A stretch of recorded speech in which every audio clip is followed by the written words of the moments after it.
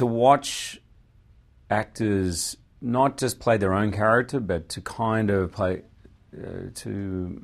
make homage to the other actor and yet make it their own. I was unbelievably impressed. And to watch the dynamic, particularly between Michael and James in this movie, was really fascinating. I mean, unfortunately, I didn't have any scenes with the past cast other than with Hugh, which was enough. But yeah, it was just a real treat to sort of get to bring the two casts with together. Hugh, which was more than enough. Yeah, which was enough for anybody, let me tell you.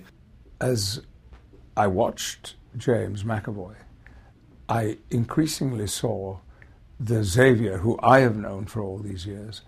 And then there were a few moments when I actually even thought I saw Patrick Stewart.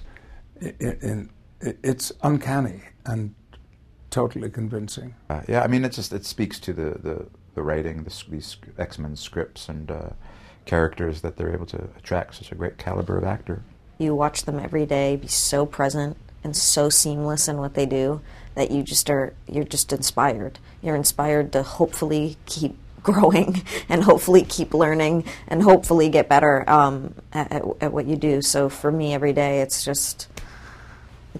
a spectacle to just watch them work. Yeah.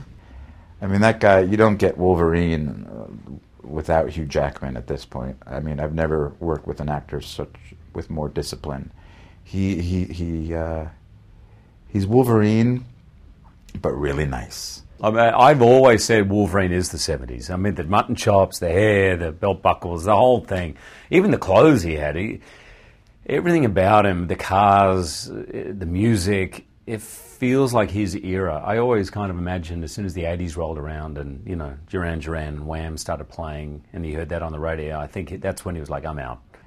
That style was out of hand. The mustaches and the bell bottoms were everywhere, and they really did a great job, the designers on this movie, just getting that just right, that tone just right. Marvelous. It's a wonderful group of actors and people. We have such a great time when we're together. What sort of gets me is just how worldwide X-Men is. Yeah. I mean, I've been just recently I was down in Peru and people were like, "Oh, Magneto." I was like, "Wow, it's so far stretching." Wow, give me some free stuff. Then they ask you to start moving metal. It's embarrassing, especially with the children.